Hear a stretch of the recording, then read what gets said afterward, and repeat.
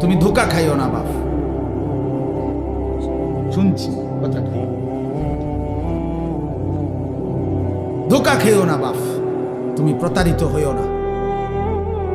তুমি এই কাফের বেঈমান মুশরিক ইহুদি খ্রিস্টানদের জালে পড়ে নষ্ট হয়ে যায়। এটা ইন্টারনেট, এটা জাল, এটা তোমার মতো ইমানদার মুসলমানকে চরিত্রহীন বানাবার জাল। একদিন তোমার ফকির বানায়া, চরিত্রহীন বানায়া, তোমার শরীরের সক্ষমতা, কোমরের সক্ষমতা, লজ্জাস্থানের সক্ষমতা নষ্ট করে একদিন তোমার ফতুর বানায়। একদিন তুমি নারী দেখতে দেখতে, ছবি দেখতে দেখতে দেখবা তোমার জীবনটাও শেষ, যৌবনটাও শেষ, আখিরাতটাও শেষ, আর কিছুই মিলবে না, আর কিছুই মিলবে। শত শত যুবকের জীবন আমি জানি, হাজার হাজার যুবক। আমার জিন্দিগি তো ছেলেদের সাথে, আমার জীবনটাই তো ছেলেদের সাথে। আমি তো শুনি বাপ। অতএব নিজের আখলাক সুন্দর, আমরা আখিরাতের জন্য আমরা মুসলমান, আমাদেরকে আল্লাহ দয়া করে পছন্দ করে এক শ্রেষ্ঠতম নবী দিয়েছেন। এত বড় শ্রেষ্ঠতম রাসূল পেয়ে আহা যে পথ হারা হয়ে গেল, তার চাইতে বড় অভিশপ্ত আর কেউ হতে পারে। কুল কায়নাতের সর্বশ্রেষ্ঠ নবী আমার কপালে জুটলো, তোমার কপালে জুটলো, তবুও তুমি কেমনে পথ হারা হবে? এত বড় শ্রেষ্ঠ নবী তো আর কারো কপালে জুটে না। নবী সাল্লাল্লাহু আলাইহি ওয়াসাল্লামের চাইতে দামি আল্লাহর সৃষ্টিতে আর কে হইতে পারে? তার চাইতে সুন্দর আমাদের নবীর চাইতে কে? তিনি এমন কে আছে? তিনি হাসলেও সুন্দর, তিনি কাঁদলেও সুন্দর, তিনি হাঁটলেও সুন্দর, তিনি বসলেও সুন্দর, তিনি কথা বললেও সুন্দর, তিনি চুপ থাকলেও সুন্দর, তার প্রতিটা সিদ্ধান্ত সুন্দর, তার প্রতিটা নড়াচড়াও সুন্দর। আল্লাহ নবী সাল্লাল্লাহু আলাইহি সাল্লাম ইমানদারও 1450 বছর ধরে নবীকে পরীক্ষা করছে। তিনি ইমানদারের চোখেও সর্বশ্রেষ্ঠ। পৃথিবীর সমস্ত কাফের বেঈমান, মুশরিক, নাস্তিক, মুরতাদ, দার্শনিক, তারা পর্যন্ত নবীকে নিয়ে, আমাদের নবী সাল্লাল্লাহু আলাইহি সাল্লামকে নিয়ে গবেষণা করছে। একবার দুইবার না, লক্ষবার। তিনি তাদের কাছেও শ্রেষ্ঠ। কারো কাছেই তো তিনি এক জাররা, এক বিন্দু 23 বছরের 63 বছরের এই পবিত্র জিন্দেগিতে একটা কলমের দাগ বসাবে, একটা লাল কালির ফোঁটা দিবে আমার নবী সাল্লাল্লাহু আলাইহি সাল্লামের জিন্দেগির উপরে, এমন কেউ হয়েছে কোথাও? তাহলে আমরা সেই নবী সাল্লাল্লাহু আলাইহি সাল্লামকে ছেড়ে দিলাম কেন? কেন ছেড়ে দিলাম? এই জন্য দয়া করে ভাবতে শিখি। আমরা বাবাদেরকেও বলি, নওজোয়ান ছেলে তোমাদেরকেও বলি, পর্দার আড়ালের মা বোনদেরকেও বলি, মা আখিরাতের ফিকির করেন। আখিরাত যদি ফিকির হয়, পরকালের যদি ভাবনা হয়, তাহলে আমাদের পরকালের শ্রেষ্ঠতম সিজন আখিরাত কামাই করার মাহে রমজান। মাহে রমজান আমাদের সামনে। মাহে রমজান, রমজান মানে ভিন্ন কিছু। রমজান মানে আখিরাতের মাস, রমজান মানে মেহনতের মাস, রমজান মানে পরিশ্রমের মাস, রমজান মানে দুনিয়া ভুলে জান্নাত কামাই করার মাস। রমজান সিজন, রমজান মৌসুম, আখিরাতের মৌসুম, আখিরাতের মৌসুম, পরকালের মৌসুম। অতএব বাবা, এত বড় রমজানকে সামনে আল্লাহ যদি কারো হায়াতে দেয়, আল্লাহ যদি দয়া করে রমজান পর্যন্ত পৌঁছায়, সেই রমজানকে পেয়ে কেউ যদি নিজের জিন্দিগিটা গড়তে না পারে, তার উপরে আল্লাহর লানত ছাড়া আর কিচ্ছু, আর কিচ্ছু। এই জন্য হাদিসে আছে, আপনারা সবাই শুনেন, এটা রমজানের লাস্টের দিকে হুজুররা বয়ানে এটা বলে যে নবীজি সাল্লাল্লাহু আলাইহি সাল্লাম মিম্বরের মধ্যে উঠতে গিয়ে আমিন বলছে। তো নবীজি পরে ব্যাখ্যা দিছে, জিবরাইল আইসা নবীজিকে বলছে, ইয়া রাসূলুল্লাহ, এত বড় শ্রেষ্ঠতম রমজান পেয়েও, এত দামি, এত ফজিলত পেয়েও যে তার নিজের আখিরাত গড়তে পারলো না, গুনাহ মাফ করাইতে পারলো না, তার উপরে আল্লাহর লানত, তার উপরে ফেরেশতাদের লানত। নবীজি তখন বলছেন, আমিন, হ্যাঁ জিবরাইল, আমিও কবুল করলাম, অর্থাৎ আমি মুহাম্মদেরও লানত। এই জন্য রমজানে যে নাফরমানি করে, রমজানে সুদ খায়, ঘুষ খায়, রমজানে কিস্তি নেয়, রমজানে যেই মহিলা বেপর্দা বাজারে বাজারে ঘোরে, রমজানে যেই নাফরমান নামাজ পড়ে না, আল্লাহর জিকির তেলাওয়াত করে না, হালাল পথে চলে না, তোর উপরে আল্লাহর লানত, ফেরেশতার লানত, তোর নবীর লানত, তোর রাসূলের লানত। মনে রাখ, এত লানত নিয়া জীবনে সুখ হবে, আখিরাতেও সুখ হবে। এজন্য দয়া করে ইনশাআল্লাহ মাহে রমজানকে কদর করব। বলেন ইনশাআল্লাহ। ছেলেরা বলো বাবা ইনশাআল্লাহ।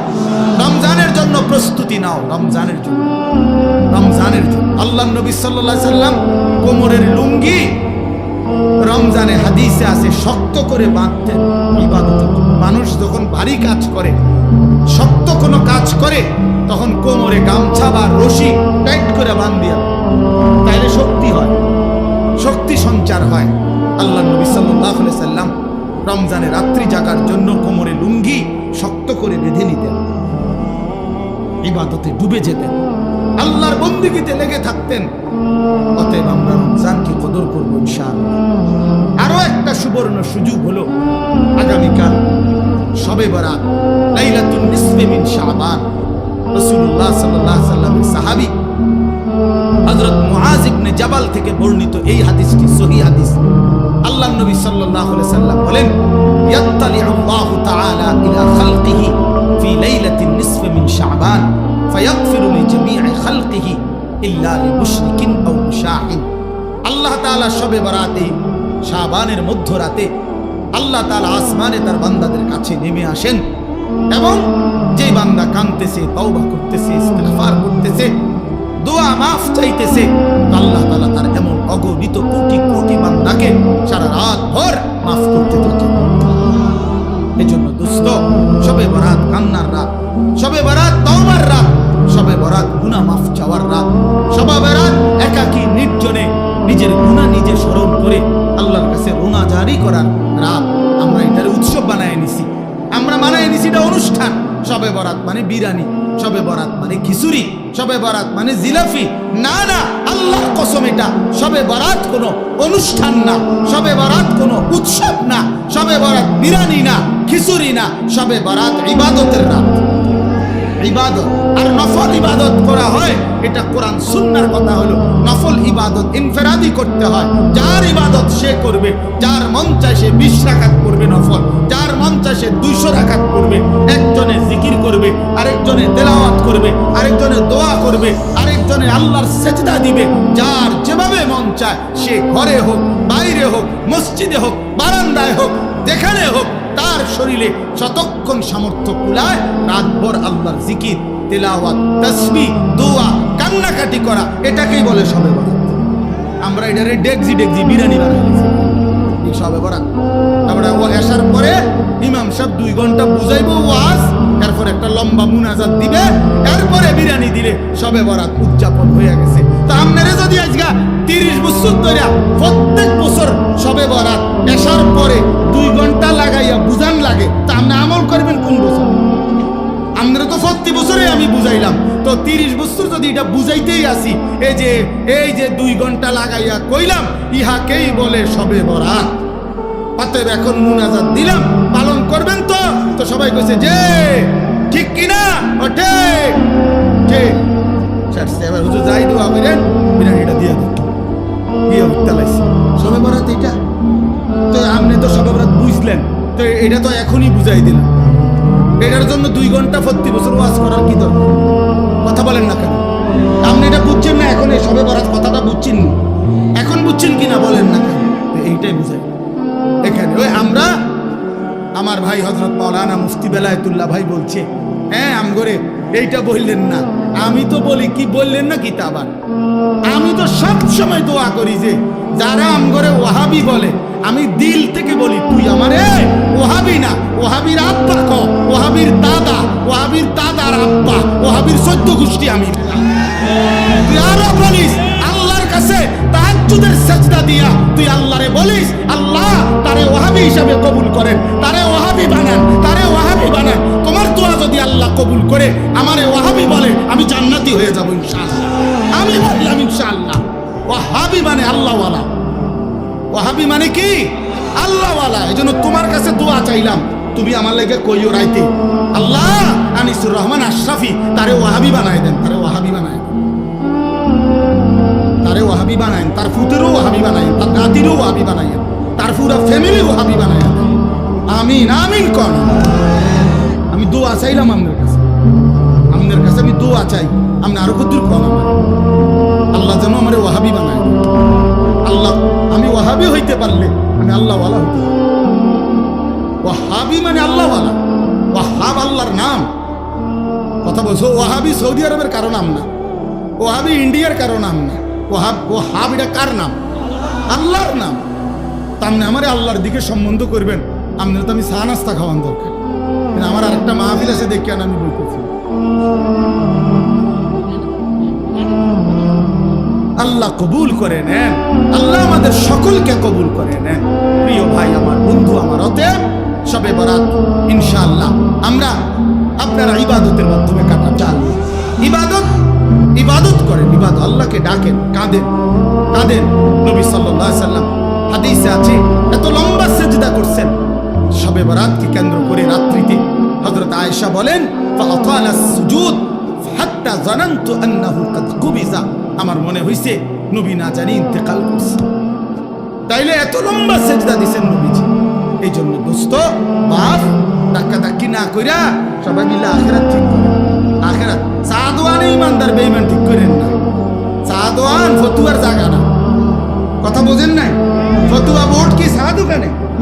সাদওখানে ফতুয়া বোর্ড।